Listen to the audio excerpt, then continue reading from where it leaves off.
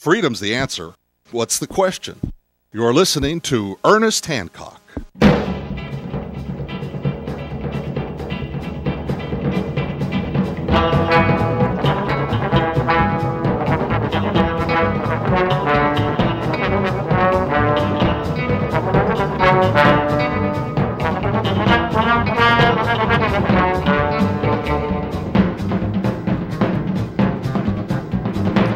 Welcome back to Declare Your Independence with me, Ernest Hancock, here in Phoenix, Arizona. We're muddling through technical difficulties, and hopefully you didn't notice too much. But, yeah, we're juggling all kinds of phone lines and internet and everything, doing okay with Sierra's help. Now, I wanted to go ahead and kind of dwell on this, and let me tell you why I think it's important. When my children were preteens and teenagers and so on, late 90s, going through the 2000s and so on, I was aware of something that really bothered me. And it really bothered my wife that I would even bring it up because, a lot of people are conditioned by, whatever, the church and so on. And the one thing that really bothered me was how violent movies were, even the trailers. Now, you see an R-rated movie, you go in there, man, I'm like, I don't even need to see the movie because I'm already traumatized from the, hell spewed out zombie de la, whatever the heck it was. So I'm going, this is bad. I'm going to make a big campaign. It's going to be part of that. I keep threatening I'm going to do this. I've been waiting for the right opportunity, and I think I got it all coming together. I'm going to do this. Local movie houses. You're a captive audience. You get there at the time it says you sit down. You got 15 minutes of blood and gore, and gosh darn it, and all I wanted to do is watch a Jason Statham movie, and, damn. I'm already traumatized. I mean, actually close my eyes and get through the trailers. I mean, damn, I'll go out. I'll come in late. I'm just, I'm tired of this brain freaking pollution I'm getting. So I go, I started talking to a couple of managers of movie theaters, and I said, what do you think about putting up on the internet, just along with the movie and whatever you're showing, but also the order and which movies that you're showing trailers for?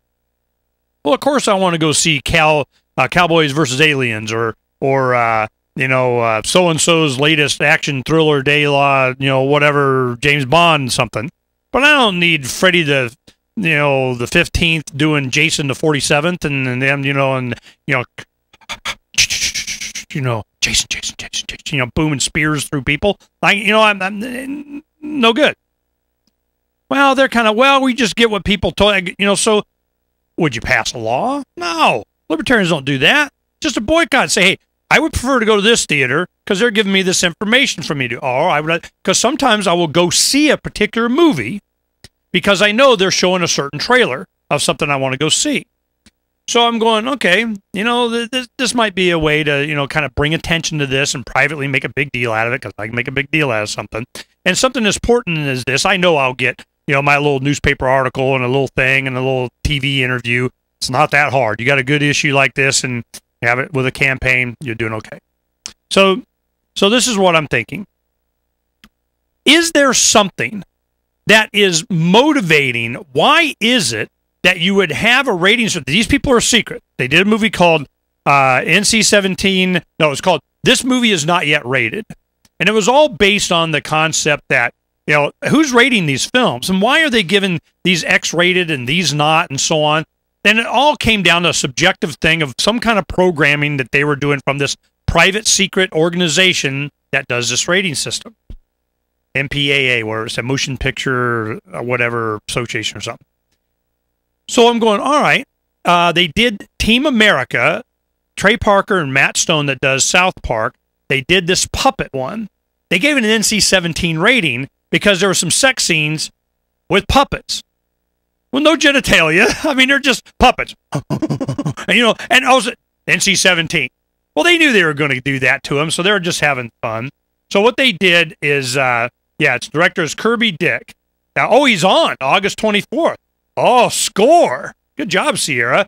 This film is not yet rated. I signed her, get me one of these guys. Well, okay, so August 24th, we're going to have the director of that movie on. Now, what they pointed out in the movie was that there was and I'd already had plans to do this, and then all of a sudden this last Friday, this, Morgan Freeman thing, I'll get to it, don't worry about it. What happened was, I'm going, there is a conscious effort to have violence as a preferential exposure to young minds over sex, pleasure, voluntary, consensual, erotic, whatever the heck, is worse, is bad than, slasher movies. Well, what do we have? A couple weeks ago, we have the Supreme Court came down a 7-2 decision saying that, and Jon Stewart did a good spot on this, saying that, you have violence in these video games and everything, there wasn't, any sexual content to it, just ripping bodies apart. Well, then it's okay. You can do that. You can't regulate that as long as it doesn't have any sex in it. Well, Jon Stewart showed one of the scenes, and it has this girl. She's some Tomb Raider, blonde, buxom, uber spy babe. And they have these two ninjas grab her by the ankles and rip her legs apart to where she splits at the vagina, and her abdomen opens up, and all her guts go spilling out on the floor, and it just rips up all her sternum up to her neck, and she's just there screaming, ah!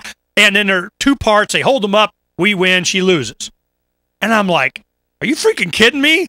They go, and Scalia, citing for the majority, goes, yeah, see, that's just violence. That's, but have a little nip slip, show a little breast action here, a little pubes or something, man, regulate away. So I'm, wow, how sick is this? Voluntary, consensual, pleasurable sex, bad. But if you have them being sliced up with a machete while they're doing it, it gets an R rating. And you think I'm kidding? If you look at these teenager movies and so on, if they had, sex involved and so on, they showing too much, no. But if you could show the same or even more, as long as they get their due by somebody coming slashing them with a machete, well, then it's okay.